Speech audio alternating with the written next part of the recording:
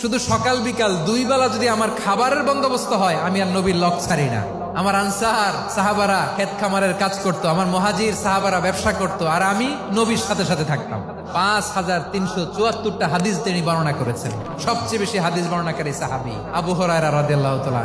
বিড়ালের বাবা কি করতেন? খালি হাদিস মুখস্থ করতেন। হাদিস প্রিজার্ভেশনের কাজে বিশ্বনবী ওনাকে কাজে লাগিয়েছেন। উনি একদিন বলেন, ইয়া রাসূলুল্লাহ আসমাউ মিনকা কাসীরান ফালা আহফাজু। নবী, অনেক কথা শুনি, আমার মনে থাকে না। বিষ্ণু বললেন, তাই তোমার চাদরটা বিছাও। আবু হুরায়রা বিছালেন। বিশ্বনবী হাত বুলায় দিলেন। এরপরে অনেক হাদিস বর্ণনা করলেন। আবু হুরায়রা বলে, তারপর থেকে বিশ্বনবী যাই বর্ণনা করে আমি শুনি আর একটাও বলি না। এখন সুবহানাল্লাহ। বিশ্বনবী ওনাকে নবীর এই যে লক্ষ্য হাদিস প্রিজার্ভেশনের এই দায়িত্ব দিয়েছেন সাইয়েদনা আবু হুরায়রা রাদিয়াল্লাহু তাআলা। আপনারা কি খেয়াল করেছেন কত বড় চৌকস ট্যালেন্ট হান্টার ছিল আমার নবী? এক একজনের এক এক ট্যালেন্ট, এক একজনকে এক এক দায়িত্ব দিয়েছেন, এক একজনের প্রতিভাকে এক এক ভাবে বিকশিত হওয়ার সুযোগ দিয়েছেন। আওয়াজ করে বলেন ঠিক কি না?